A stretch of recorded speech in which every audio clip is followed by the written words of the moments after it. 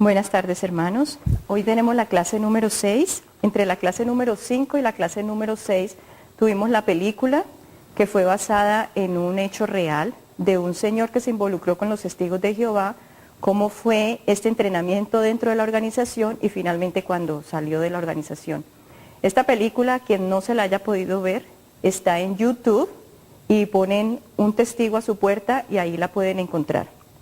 En el día de hoy vamos a estar estudiando un tema del pecado, la justificación y la salvación. Vamos a estar estudiando desde el punto de vista bíblico porque es muy importante que tengamos nosotros muy claro lo que la Biblia dice de estos temas sobre la salvación para poder no confundirnos después con lo que vaya a presentar, que dicen los testigos de Jehová, que es absolutamente diferente. Entonces, si yo llego a presentar primero lo que la doctrina de los testigos en estos temas, podría llegar nosotros hasta no saber exactamente entonces cuál es lo que dice la Biblia sobre esos temas. Entonces, este tema, aunque es muy profundo y complejo, he considerado lo que más debemos tener en cuenta como cristianos para poder testificar en forma efectiva al testigo de Jehová. Los versículos que vamos a estar viendo, es importante también que lo tengamos muy en cuenta porque son versículos que sirven también para presentárselo al testigo. Entonces, bueno, uno de los problemas más grandes que los testigos de Jehová o cualquier persona tiene para poder llegar a conocer a Cristo como su propio Salvador personal es debido al concepto bíblico que se tiene sobre lo que es el pecado. Nosotros aquí no estamos hablando del pecado desde el punto de vista del hombre, sino el pecado desde el punto de vista de Dios. El pecado es cualquier cosa que viole directamente la voluntad de Dios. Si no tenemos claro lo que verdaderamente significa el pecado y no entendemos las consecuencias del pecado, las personas no van a sentir la necesidad de acudir al Salvador. Aclaro, esto no le puede ocurrir solamente al testigo. Miremos entonces el origen del pecado. El pecado entró por Adán, según Romanos 5:12. Nosotros heredamos el pecado de Adán, pero también voluntariamente pecamos y nos rebelamos contra Dios. Somos responsables de estos pecados personales. A ver, digo pecados personales porque para el testigo de Jehová, Jesús murió solamente por los pecados de Adán y no por estos pecados personales. Por eso hago énfasis en los pecados personales cuando lo evangelicemos a ellos. Con nuestros actos, nuestras palabras, nuestros pensamientos, nuestros sentimientos, incluso con nuestras omisiones, ofendemos cada día a Dios. En Primera de Juan 1:8 dice, si decimos que no tenemos pecado, nos engañamos a nosotros mismos y la verdad no está en nosotros. Por el pecado estamos destituidos de la gloria de Dios, como dice Romanos 3:23. Dios conoce nuestros corazones, de modo que aunque ocultemos el pecado haciendo buenas obras, ¿cierto? Porque pues muchas veces uno ve a alguien y se está haciendo excelentes obras, pero el pecado interno que está en la persona, ese sí lo ve Dios. Nosotros como humanos no lo vemos, pero Dios sí lo ve. Vamos a ver lo que dice Jesús en Mateo 15:19 de los pecados que están en el corazón. Mateo 15:19 dice, porque del corazón salen los malos pensamientos, los homicidios, los adulterios, las fornicaciones, los hurtos, los falsos testimonios, las blasfemias. Estas cosas son las que contaminan al hombre. ¿Cuál es el parámetro que tenemos nosotros para saber si tenemos pecado? El parámetro que nosotros tenemos son precisamente los mandamientos de la ley. Pero ¿para qué nos sirve la ley? La ley nos sirve es para mostrarnos el pecado. Ese es el espejo para mostrarnos los pecadores que somos. Vamos a leer Romanos 3:19 y 20. Romanos 3:19, 20 dice, pero sabemos que todo lo que la ley dice, lo dice a los que están bajo la ley, para que toda boca se cierre y todo el mundo quede bajo el juicio de Dios, ya que por las obras de la ley ningún ser humano será justificado delante de él, porque por medio de la ley es el conocimiento del pecado. Aquí vemos claramente que las obras no justifican a la persona, sino que la ley lo que hace es mostrarnos precisamente el pecado. ¿Se puede entonces alguien poder considerar que no es pecador? Es imposible que alguien cumpla la ley moral de Dios. Al no cumplirse la ley moral de Dios, entonces esto nos hace culpables ante Dios. Por un solo mandamiento que se viole de la ley de Dios, nosotros sabemos que violamos todos los demás mandamientos, como dice Santiago 2:10, porque cualquiera que guardare toda la ley, pero ofendiera en un punto, se hace culpable de todos. Y dice primera de Juan 3:4, todo aquel que comete pecado infringe también la ley, pues el pecado es infracción de la ley. Ahora quiero considerar el concepto que la Iglesia Católica tiene también sobre el pecado, porque como estamos diciendo, si no hay un concepto claro de pecado, no se siente la necesidad de ir al Salvador. Por ejemplo, la Iglesia Católica considera dos categorías de pecados, los pecados veniales y los pecados mortales. El pecado venial lo consideran como un pecado que puede ser perdonado. Pero ¿cómo consideran ellos que se perdona? Dice que después de haber pagado castigos en la vida o en el purgatorio. Sabemos que para ellos el purgatorio es ese limbo cuando la persona muere. Dicen ellos antes de entrar al cielo que hacen sus oraciones, celebran las misas por esa persona que falleció. Pero aquí, por ejemplo, ellos no tienen en cuenta que el pecado o el perdón del pecado se recibe es a través de Cristo. No es ni el purgatorio ni por castigos que se cumplan aquí en esta tierra. El otro pecado que ellos consideran es el pecado mortal y dicen que es considerado como un pecado que causa la muerte espiritual y dicen que no puede ser perdonado y queda excluido del reino de Dios. Según las Escrituras, sin embargo, nosotros sabemos que todos los pecados, aunque sean mínimos, una mentira piadosa, cualquier pecado así, y de todas formas todos son pecados mortales ante Dios. Aún el más pequeño de los pecados nos hace legítimamente culpables delante de Dios y dignos de este castigo eterno, que es la consecuencia del pecado. Ahora, como ellos dicen que los pecados más graves no tienen perdón, nosotros sabemos por la Biblia que puede ser inclusive un aborto, un asesinato, el pecado más grave que ustedes puedan considerar, es perdonado cuando la persona acude buscando al Salvador. Miremos 1 Corintios 6, 9, 11. Aquí Pablo le está hablando a los cristianos, a los pecadores arrepentidos. 1 Corintios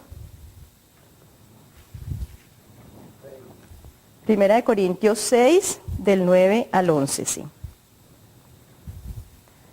Dice, ¿no sabéis que los injustos no heredarán el reino de Dios? No erráis, ni los fornicarios, ni los idólatras, ni los adúlteros, ni los afeminados, ni los que se echan con varones, ni los ladrones, ni los avaros, ni los borrachos, ni los maldicientes, ni los estafadores heredarán el reino de Dios. Y esto erais algunos. Mire, aquí le están hablando a pecadores arrepentidos. Mas ya habéis sido lavados, ya habéis sido santificados, ya habéis sido justificados en el nombre del Señor Jesús y por el Espíritu de nuestro Dios. Entonces, cuando la persona se convierte a Cristo, ya la persona deja de sentir incluso placer por el pecado que ha venido cometiendo. Ya lo aborrece, lo empieza a aborrecer como Dios exactamente ve el pecado. En esta parte de 1 Corintios 6, yo anoté lo que dice John MacArthur en la Biblia de Estudio, dice textualmente, algunos que se habían acostumbrado en el pasado a esos patrones de vida pecaminosa, habían vuelto a caer en hábitos viejos y necesitaban recordar que si retrocedían por completo, no iban a heredar la salvación eterna porque esto sería una indicación de que nunca fueron salvos. O sea, él en ningún momento está diciendo que la salvación se pierde, sino que seguramente la persona no era salva, si se regresa a estos viejos hábitos que se tenía la persona. Ahora, algunos pecados que tenemos en la Biblia es, por ejemplo, infringir la ley, como dice 1 de Juan 3:4, Éxodo 20, del 3 al 17, 1 de Juan 3, 15, Mateo 5, 28. Otros pecados son las obras de la carne, ya habíamos nombrado unas en 1 de Corintios. Está el adulterio, la fornicación, la inmundicia, lascivia, idolatría, hechicerías, enemistades, pleitos, celos, iras, contiendas, disensiones, herejías, envidias, homicidios, borracheras, orgías y cosas semejantes a estas. Eso está en Gálatas 5, 19, 21. La fornicación, como dice John MacArthur, no es solamente una relación sexual fuera del matrimonio, sino que incluye homosexualismo, bestialidad, incesto, prostitución. Y la lascivia, como dice también John MacArthur, es dar rienda suelta a pasiones más bajas. Otras formas de pecar es pecar neciamente, pensar neciamente, está en Proverbios 24:9. Tener altivez de ojos y orgullo de corazón es pecado, según Proverbios 21:4. No tener fe es pecado, según Romanos 14:23. Saber lo que es bueno y no hacerlo es pecado, según Santiago 4:17. No creer en Cristo es pecado, según Juan 16:9. El pecado sin mala intención es pecado. Vamos a ver Levítico 5:17. Que aquí dice que sin mala intención, aunque uno peque sin darse cuenta que está pecando, igual es pecador de lo que está haciendo que no se da cuenta. 5:17, Levítico 5:17. Dice, finalmente, si una persona pecare o hiciere alguna de todas aquellas cosas que por mandato de Jehová no se han de hacer, aún sin hacerlo a sabiendas, es culpable y llevará su pecado. Blasfemar contra el Espíritu Santo es lo que dice la Biblia, que no tiene jamás perdón, sino que es reo de juicio eterno, como dice Mateo 3:29 y Mateo 12:31. ¿Qué es blasfemar contra el Espíritu Santo? Es no creer en la persona, en la obra y el ministerio del Espíritu Santo. Es atribuirle a Satanás las obras que son realmente del Espíritu Santo. Ahora, después de enumerar esos pecados, ¿habrá alguien que pueda decir que, por ejemplo, no es pecador? Todos somos pecadores. No hay ningún hombre bueno a los ojos de Dios. El profeta Isaías señalaba que mientras las obras de justicia son como... El profeta Isaías señalaba que nuestras obras de justicia son como trapos de inmundicia, según Isaías 64:6. Y Pablo afirmó categóricamente que tanto judíos como gentiles, todos están bajo pecado. Esto está en Romanos 3:9. Eclesiastés 7:20 dice, ciertamente no hay hombre justo en la tierra que haga el bien y nunca peque. No se hace justo por las obras. Y estas son cosas que tenemos que tener en cuenta cuando hablemos con el testigo, ¿no? Que ellos se justifican es por las obras, entonces estamos viendo que todo es pecado y las obras no justifican. Por el pecado estamos en una situación grave ante Dios. Cuando muramos seremos juzgados por Dios de acuerdo a estos mandamientos. La razón por la cual Dios castiga el pecado es que la justicia de Dios lo demanda a fin de que Él sea glorificado en el universo que ha creado. Como dice Jeremías 9:24, dice Jehová, yo soy Jehová que hago misericordia, juicio y justicia en la tierra, porque estas cosas quiero, dice Jehová. Muchas personas creen que si Dios castiga el pecado, ya lo hace un Dios injusto o un Dios sin amor. Pero esto no lo podemos considerar así, porque qué más amor de Dios que haber dado a su Hijo unigénito a morir por nuestros pecados en la cruz. Eso es un gran amor de Él. El aniquilacionismo, como lo ven los testigos de Jehová, que es que la persona impía muere, o la persona que ha recibido el estudio de los testigos muere y dice que quedó aniquilado. Esto, por ejemplo, no mostraría la justicia de Dios, porque no habría castigo allí. Y esto no lo dice tampoco la Biblia. Hemos cumplido todos nosotros los mandamientos. Dios demanda perfección para entrar al cielo. Y nosotros como raza humana, que venimos de una naturaleza caída, somos imperfectos. Y no podemos escapar entonces del castigo eterno en el infierno si estamos sin Cristo, ¿no? Solo Jesucristo vivió una vida perfecta y sin pecado. Es por eso que Dios solo acepta el sacrificio de su muerte en la cruz como paga de nuestros pecados. Este sacrificio lleva sobre sí la ira de Dios en contra del pecado y de ese modo Dios transforma la ira en favor. O sea, Jesucristo es el que recibe la ira de Dios por los pecados nuestros y nosotros recibimos la justicia de Cristo.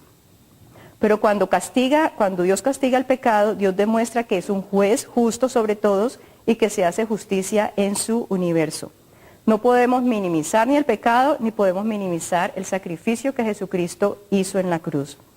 Nosotros también debemos aborrecer el pecado como lo aborrece Dios, que lo estábamos diciendo. Tenemos que entender que por el pecado no podemos tener una relación con Dios. Sin Cristo estamos condenados a vivir eternamente separados de Dios. Efesios 2:12 dice que por naturaleza estamos separados de Dios, o sea, el pecado nos separa de Dios. Ahora, la religión salva, porque los testigos, por ejemplo, dicen que si se está en la organización, ya la persona va a ser salva. Hay otras religiones que también dicen que si se está en esa religión, la religión salva. Y nosotros no podemos ser engañados y creer que por medio de alguna denominación se va a ser salvo, y que se va a ir al cielo. O sea, la denominación o la religión no salva. Ahora, el bautismo no salva. Si yo he leído muchas entrevistas o encuestas que se le hacen inclusive a cristianos que les preguntan, ¿usted por qué cree que es salvo o por qué cree que va a ir al cielo? Y la respuesta es porque yo fui bautizado en una iglesia cristiana. Pero el bautismo no salva. Ir a la iglesia cada domingo no salva. Ser bueno no salva, porque aquí está bueno desde el punto de vista humano, no es bueno, ya habíamos dicho que Dios no nos ve, o sea, no somos buenos a los ojos de Dios. Rehusar de transfusiones de sangre y celebraciones de cumpleaños o etcétera, como dicen los testigos de Jehová, tampoco salva.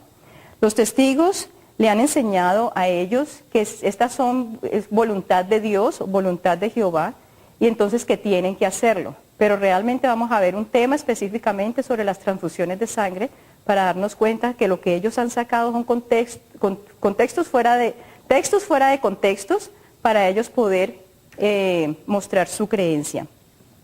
Cumplir con una serie de requisitos que coloca la religión tampoco salva.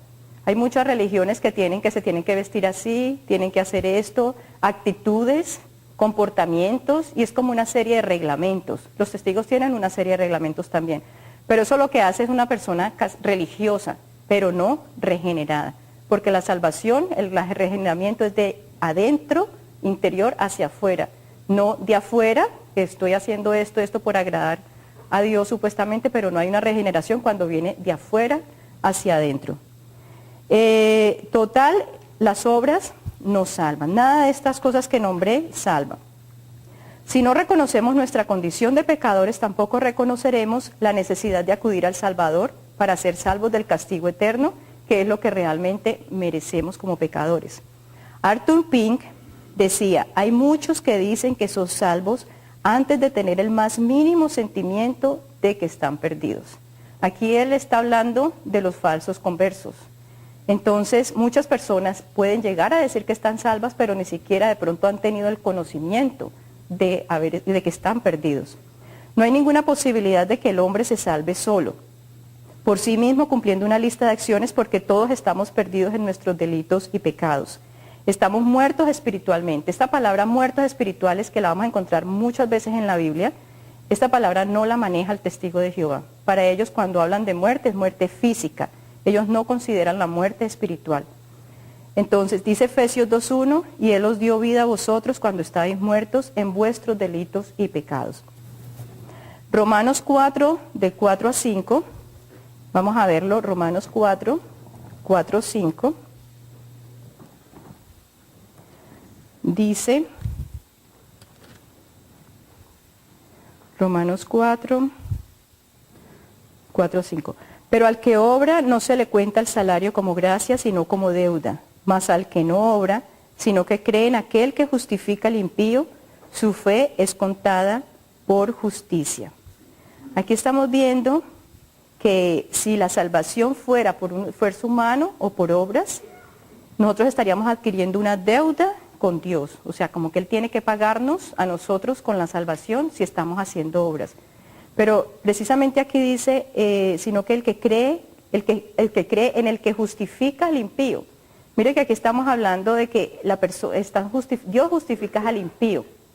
No está justificando a una persona que está haciendo obras, sino que Dios nos rescata. Dios rescata Nosotros hemos oído testimonios de personas que han estado en una situación de borrachera, o prostitución, o ladrón, y en ese momento Dios los salva, Dios les revela el pecado que está cometiendo. No necesita ser bueno para llegar a ser salvo. Es necesario ser justificados por Dios, entonces, para tener salvación. La justificación entonces se da por un intercambio entre la justicia de Jesús y los pecados de uno. Esto es como una transacción. Jesús recibe los pecados nuestros y uno recibe la justicia de Cristo. En esa transacción es que podemos ser salvos. Él nos da la justicia y es ahí donde somos justificados por la fe en Cristo. En 1 de Pedro 3:18, vamos a ver, Primera de Pedro 3:18, vamos a confirmar lo que estamos diciendo de esta transacción o este intercambio entre lo que Jesús recibe de nosotros y lo que nosotros recibimos de Cristo. Primera de Juan 3:18 dice, Primera de Pedro, 3:18. Porque también Cristo padeció una sola vez por los pecados, el justo por los injustos, para llevarnos a Dios, siendo a la verdad muerto en la carne, pero vivificado en espíritu. Aquí el justo, que es Cristo, por los injustos, que somos nosotros, hay ese intercambio, y solamente dice aquí que se padeció una sola vez por los pecados. O sea, en el antiguo pacto se acostumbraba a hacer varios sacrificios y un sacrificio cada año por los pecados. Y ya con la muerte de Cristo ya es el único sacrificio que ha sido válido y no hay más sacrificios. En primera de Jesús tomó el lugar de los pecadores y de esta forma satisfizo el castigo justo de Dios contra el pecado que era requerido por la ley y abrió el camino a Dios para todos los que creen y se arrepienten. Primera de Pedro, vamos a seguir ahí en Primera de Pedro 2:24. Primera de Pedro 2:24 dice, quien llevó él mismo nuestros pecados en su cuerpo sobre el madero, para que nosotros, estando muertos a los pecados, vivamos a la justicia. Ahí estamos viendo ese intercambio que hace Jesús entre la justicia de Él, y Él recibe los pecados nuestros y nosotros recibimos la justicia de Cristo. Esta es la única forma para ser justos. Esta es la obra que hizo Dios por nosotros. En esto podemos conocer el amor de Dios, como dice Juan 3:16, que ya lo conocemos, porque de tal manera amó Dios al mundo que ha dado a su Hijo unigénito, para que todo aquel que en Él cree no se pierda, mas tenga vida eterna. Esta vida eterna es actual, en el momento en que la persona recibe a Cristo, no una vida eterna que es para después. La vida eterna se recibe desde el momento en que cree en Cristo. Insisto, las obras no son justicia a los ojos de Dios. No importa todo lo que hagamos, la única forma de ser justificados por Dios es por la gracia mediante la fe en Cristo. Para confirmar estas afirmaciones que hemos visto, vamos a ver también Romanos 3:24-25. Romanos 3:24-25. Aquí vamos a estar viendo Romanos 3:24-25, vamos a ver el 28 y vamos a ver el 30. Primero vamos a ver 24-25. Siendo justificados gratuitamente por su gracia, mediante la redención que es en Cristo Jesús, a quien Dios puso como propiciación por medio de la fe en su sangre, para manifestar su justicia a causa de haber pasado por alto en su paciencia los pecados pasados. Aquí cuando dice siendo justificados, es una justificación gratuita, es un regalo que Dios otorga al pecador arrepentido y que cree. Si nosotros miramos la Biblia y leemos la Biblia, vamos a encontrar muchísimos versículos donde habla de justificación, justos y justicia. Tenemos que tener mucha atención a estos tres términos porque de ahí depende también la salvación. Y entender la justicia, cómo somos justos. La redención dice mediante la redención. En el griego del Antiguo Testamento, había este término de redención, viene del antiguo mercado esclavista, que significaba pagar el rescate necesario para obtener la libertad de un prisionero o esclavo. Eso es una paga que se hacía para que el prisionero o el esclavo fuera libre. El único pago para redimir a los pecadores de la esclavitud, porque si no estamos con Cristo estamos esclavos, es al pecado. Es Cristo el que viene a pagar por esa esclavitud del pecado para hacernos libres del pecado. Ahora, dice, quien Dios puso como propiciación, refiriéndose a Jesús, por medio de la fe en su sangre. Propiciación significa que Jesús está apaciguando la ira de Dios por los pecados. Romanos 3:28, que dijimos que íbamos a seguir leyendo aquí, dice, concluimos, pues, que el hombre es justificado por fe sin las obras de la ley. Esto es importante para leérselo al testigo de Jehová. Y el 30 dice, porque Dios es uno, y Él justificará por la fe a los de la circuncisión y por medio de la fe a los de la incircuncisión. También podemos ver Gálatas 2:16. Gálatas 2:16, donde dice, el hombre no es justificado por las obras de la ley, sino por la fe en Jesucristo. Y también Gálatas 3:11, donde dice, y que por la ley ninguno se justifica para con Dios. Y que por la ley ninguno se justifica para con Dios. Es evidente, porque el justo por la fe vivirá. O sea, todo el tiempo estamos viendo que la justicia es por la fe y no por las obras. Los testigos y otras religiones que no entienden la salvación por gracia creen que nosotros los evangélicos no tenemos en cuenta las obras. Claro, la salvación por gracia no elimina las obras en sí, son las obras como que son el resultado del esfuerzo humano, como dice Efesios 2:8-9, porque por gracia sois salvos por medio de la fe, y esto no de vosotros, pues es don de Dios, no por obras para que nadie se gloríe. O sea, no, lo que no está de acuerdo es que uno se salve por obras, pero la fe pero sí están las obras de la fe, que es cuando la persona haya sido salvo y el Señor le pone ese deseo de hacer obras. La salvación es por gracia y nos la apropiamos por medio de la fe sin obras. Pero precisamente cuando ya hemos sido salvos y justificados por la fe sin obras, caminamos en las obras. Entonces, esto es algo que el testigo o los mismos católicos muchas veces no entienden, porque piensan que es que nosotros estamos eliminando las obras. Nosotros no estamos eliminando las obras de la ley, que tenemos que hacer obras de la ley para ser salvos. Las obras son las obras de la fe es la que nos lleva a nosotros a hacer las obras, porque es Cristo el que nos mueve a hacer las obras. Pero no sé si captan la diferencia entre las obras de la ley y las obras de la fe, que ya es producto de la fe. Siendo así, la salvación no puede ser defectuosa. Entonces vamos a leer Tito 3, 5 al 7. Tito 3, del 5 al 7. Dice, nos salvó no por obras de justicia para que nosotros hubiéramos hecho, sino por su misericordia, por el lavamiento de la regeneración y por la renovación en el Espíritu Santo, el cual derramó en nosotros abundantemente por Jesucristo nuestro Salvador, para que justificados por su gracia, mira, aquí no dice justificados por las obras, sino justificados por su gracia, viniésemos a ser herederos conforme a la esperanza de la vida eterna.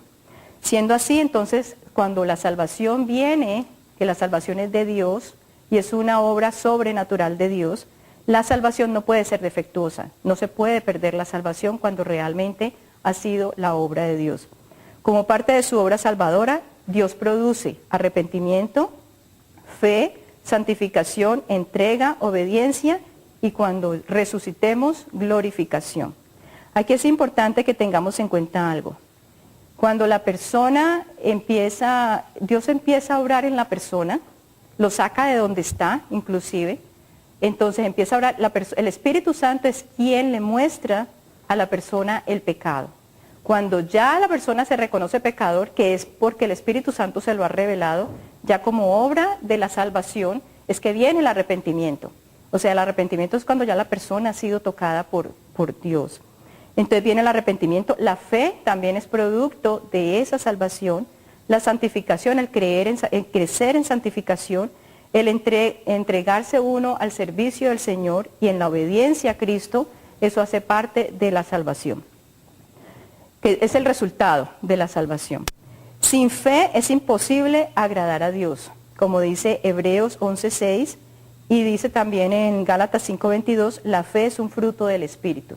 Entonces hay que saber que la fe ya es un producto de haber sido regenerados, que ya existe esta fe.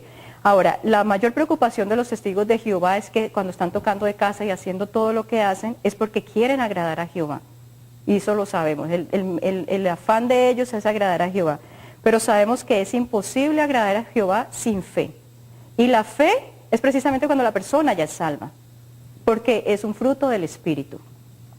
Si somos verdaderamente nacidos de Dios, si hemos nacido de nuevo, si hemos sido regenerados, el Espíritu Santo mora en nosotros. Y es el Espíritu Santo el que da testimonio a nuestro espíritu de que somos hijos de Dios.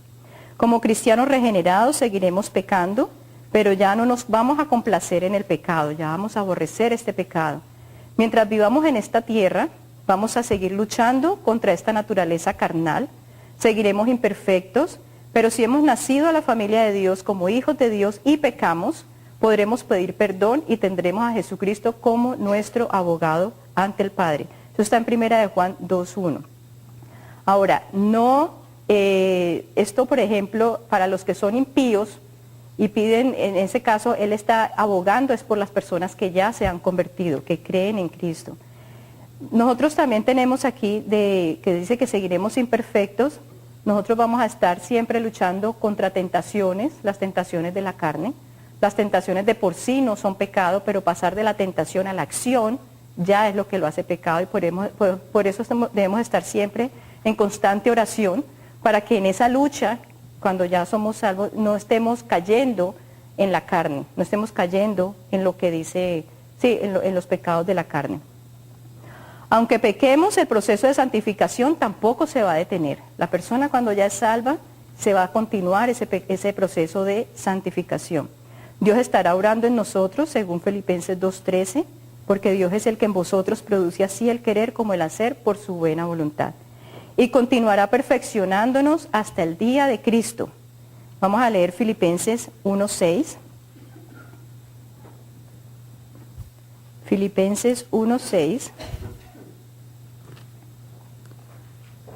Que dice, estando persuadido de esto, que el que comenzó en vosotros la obra, la perfeccionará hasta el día de Jesucristo.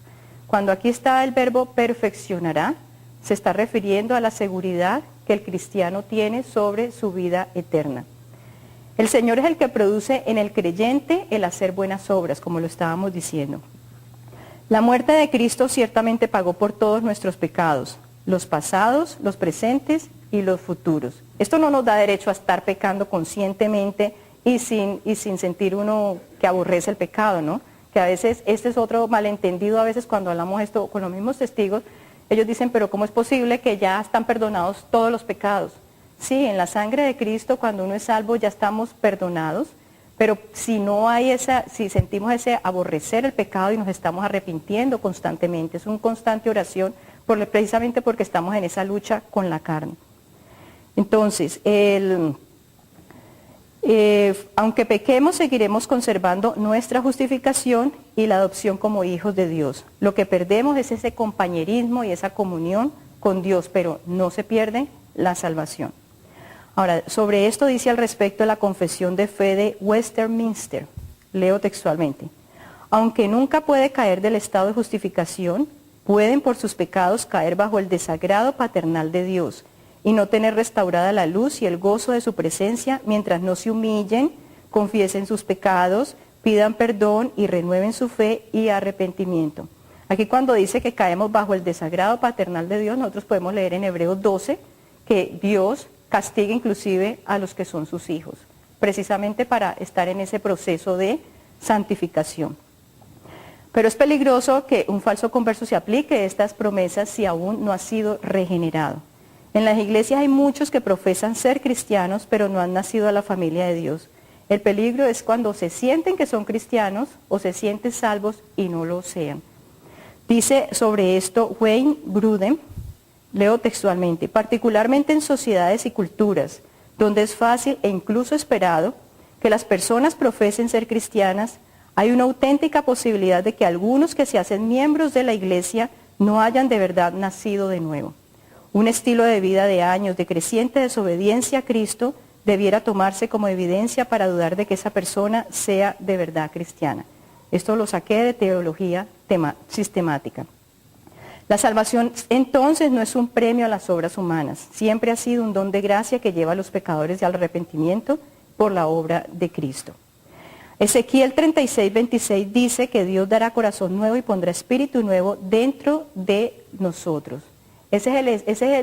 Cuando uno siente ese corazón nuevo, o sea, cuando uno se ha arrepentido, siempre le pide a Dios que cambie su corazón, que entre Dios, Jesús en el corazón, entonces empieza a producir a nosotros frutos como la paciencia, el amor, la fe, y nosotros empezamos a sentir ese corazón nuevo. Dios promete que dará un corazón nuevo. Cuando se da un nuevo corazón está el deseo de agradar a Jehová, de obedecer y de reflejar su justicia. Una vida que agrada a Dios tiene pureza moral, no solo en las acciones, sino también en los deseos del corazón. Si tal cambio no sucede, no hay razón para creer que ha sido una salvación auténtica y no ha habido regeneración. John MacArthur dice que si no hay regeneración, aunque estudie la Biblia, solo viene siendo un pagano con conocimientos teológicos, pero no un cristiano. Esto lo dice John MacArthur, que son palabras fuertes, ¿no? De que si no hay regeneración, aunque estudie la Biblia, solo viene siendo un pagano con conocimientos teológicos, pero no un cristiano. Entonces nosotros tenemos que estarnos evaluando constantemente. No tenemos el derecho de juzgar a nadie, si es o no cristiano, sino nosotros mismos sí podemos estar evaluándonos ante Dios si realmente hemos sido salvos y si realmente hemos sido regenerados. Cuando la persona se ha reconocido pecador, que esto es la forma como el cristiano, como se es cristiano, cuando la persona se ha reconocido pecador, es el Espíritu Santo quien revela el pecado. Acude a Cristo en arrepentimiento, lo acepta como Señor y Salvador, y entonces el Espíritu de Cristo pasa a morar al corazón del creyente, y el creyente tiene la promesa de no tener condenación si se está en Cristo. Esto quiere decir que la salvación de ninguna manera se pierde. Eso lo podemos ver en Romanos 8:1. Este texto es importante que lo tengamos en cuenta para las personas que creen que la salvación se pierde. Entonces esto lo vamos a ver en la próxima semana también, cuando ya estemos viendo el concepto que manejan los testigos de Jehová con relación al pecado, la salvación y la justificación, que ellos dicen que la salvación se pierde. Esto es un texto que se le puede mostrar a ellos. Dice Romanos 8:1, ahora pues ninguna condenación hay para los que están en Cristo Jesús, los que no andan, conforme a la carne, sino conforme al Espíritu. Nosotros tenemos que estar, como les digo, evaluándonos nosotros mismos para ver si nosotros estamos andando en la carne o estamos andando en el Espíritu. Eso también nos concierne porque sería muy triste que el día que nos muramos podamos llegar a pensar que estamos siendo salvos y realmente no serlo. Sería como una sorpresa, porque sabemos que si Jesús dice, no todo el que diga Señor, Señor entrará al reino de los cielos, aquí está hablando a las personas que dicen ser cristianas. O como dice, no todo el que me diga Señor, lo otro es que ¿por qué me dicen Señor y no obedecen lo que yo hago? Ahora, vamos a ver Juan 3, 18, 19. Juan 3.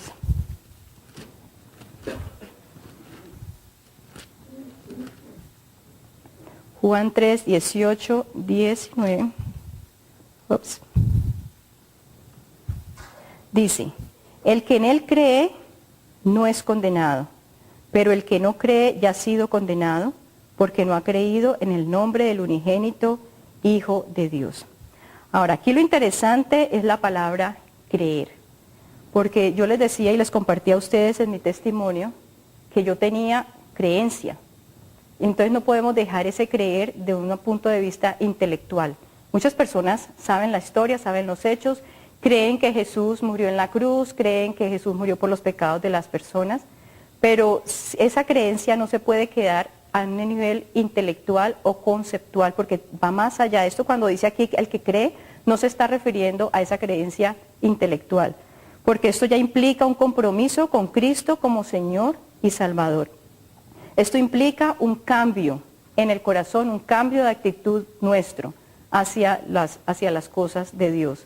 Incluso cuando la persona ya cree con esa fe, que la fe la da el Espíritu Santo, entonces ya la persona va a estar muy interesada en trabajarle para el reino a Dios, en servirle, en glorificarlo, porque la salvación no es solamente por no estar en el infierno, sino para estarlo glorificando todo el tiempo con nuestros pensamientos, con nuestros hechos, con absolutamente todo lo que nosotros hagamos, lo debemos estar glorificando todo el tiempo. Nosotros como cristianos debemos examinarnos si verdaderamente hemos nacido de Dios, porque muchas veces podemos nosotros mismos engañarnos con una falsa conversión y ya sabemos que las consecuencias es un castigo eterno. Entonces preguntémonos, ¿me someto cada día al señorío de Cristo? ¿O por el contrario quiero hacer mi voluntad, haciendo tercamente cosas, llevando mi propia agenda, como si Cristo no morara en mí? Entonces nosotros tenemos que estar no juzgando a las otras personas, pero sí nosotros evaluándonos siempre a nosotros mismos. No estar viendo, mira, fulano no está haciendo esto, no, sino nosotros sí tenemos que estar preocupados de nuestra propia salvación, porque imagínense en el día que nos muramos y de verdad la sorpresa es que no vamos a estar en el reino de Dios. Entonces la próxima semana, ya ahorita esto fue algo, obviamente el hablar del pecado, la justificación y la salvación es más profundo, tiene muchísimas más cosas teológicas inclusive, de más estudio, pero solamente les he compartido lo más elemental, como lo más sencillo, porque si no entendemos lo que es para nosotros los cristianos estos tres términos, no podemos evangelizar a ninguna persona, no solamente al testigo de Jehová, sino a ninguna otra persona si no hay claridad en esto. No sé si tengan alguna pregunta de lo que hemos estado viendo, o me fui demasiado rápido.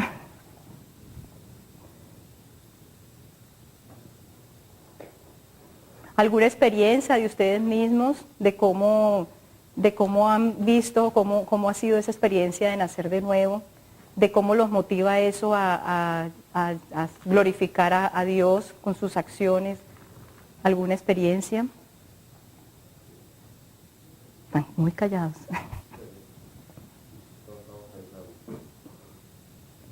Pero de verdad, es importante de todas formas, como la próxima semana vamos a... Mire, por ejemplo, en la película, los que vimos la película de Un testigo a su puerta.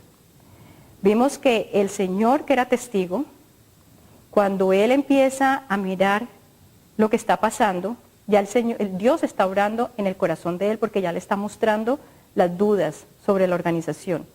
Y mire que en el momento de que cuando Él se arrepiente, que está en el cuarto, y Él se arrepiente, es porque ya, cuando hay arrepentimiento, es porque la persona ya se ha reconocido pecador. O sea, uno no puede arrepentirse si la persona no se ha reconocido pecador. Y si la persona se ha reconocido pecador, no es por obra de uno, no es porque, wow, yo soy muy inteligente, no, es porque Dios, el Espíritu de Dios, está obrando en esa persona y entonces el Espíritu es el que le confirma los pecados que tiene. Y de ahí, como obra de la salvación, es que viene el arrepentimiento. O sea que cuando la persona se está arrepintiendo, verdaderamente que es el arrepentimiento que da salvación, es porque ya ha sido salvo. Ahora, nosotros tenemos que tener también en cuenta de que hay dos tipos de arrepentimientos. Un arrepentimiento que es vertical hacia Dios y otro arrepentimiento que es horizontal con el hombre. El arrepentimiento horizontal con el hombre no es el arrepentimiento que da salvación. ¿Sí me hago entender? Porque muchas veces, por ejemplo, descubren una infidelidad. Mientras están calladitos, no pasa nada, o sea, no hay remordimiento de parte de la persona que está pecando con infidelidad. En el momento en que lo descubren, entonces dice, wow, la embarré, ¿ahora qué hago? Y entonces se arrepiente con la persona ofendida. Pero mientras no haya ese arrepentimiento con Dios, que realmente a quien está ofendiendo es a Dios, no es un arrepentimiento que da salvación. O sea, tenemos que tener en cuenta los dos tipos de arrepentimiento, el arrepentimiento horizontal y el arrepentimiento que es directamente con Dios. Entonces, aunque no nos estén viendo, aunque no estemos ofendiendo abiertamente a alguien, siempre tenemos que ver inclusive nuestro propio corazón. Siempre tenemos que ver si tenemos ira, si tenemos celos, si tenemos resentimientos, si tenemos envidia sobre alguna persona. Todo esto es con relaciones a Dios. Y pedir perdón todo el tiempo, inclusive pedir a Dios que siempre nos esté llenando de su espíritu, que siempre nos esté mostrando los pecados y que nosotros queremos agradar realmente a Dios y queremos agradarlo con las obras. Con las obras de fe, ¿no? Sino con estas obras que ya Dios ha puesto en nosotros para agradarlo a Él. Bueno, no sé si hay algún otro comentario, si hay algún comentario. Una de las cosas importantes con relación al arrepentimiento es solamente reconocer ante Dios el pecado, pero también pedir que Él siga obrando su santificación en nosotros, que ese es el verdadero solamente si hay Señor, pequé contra ti.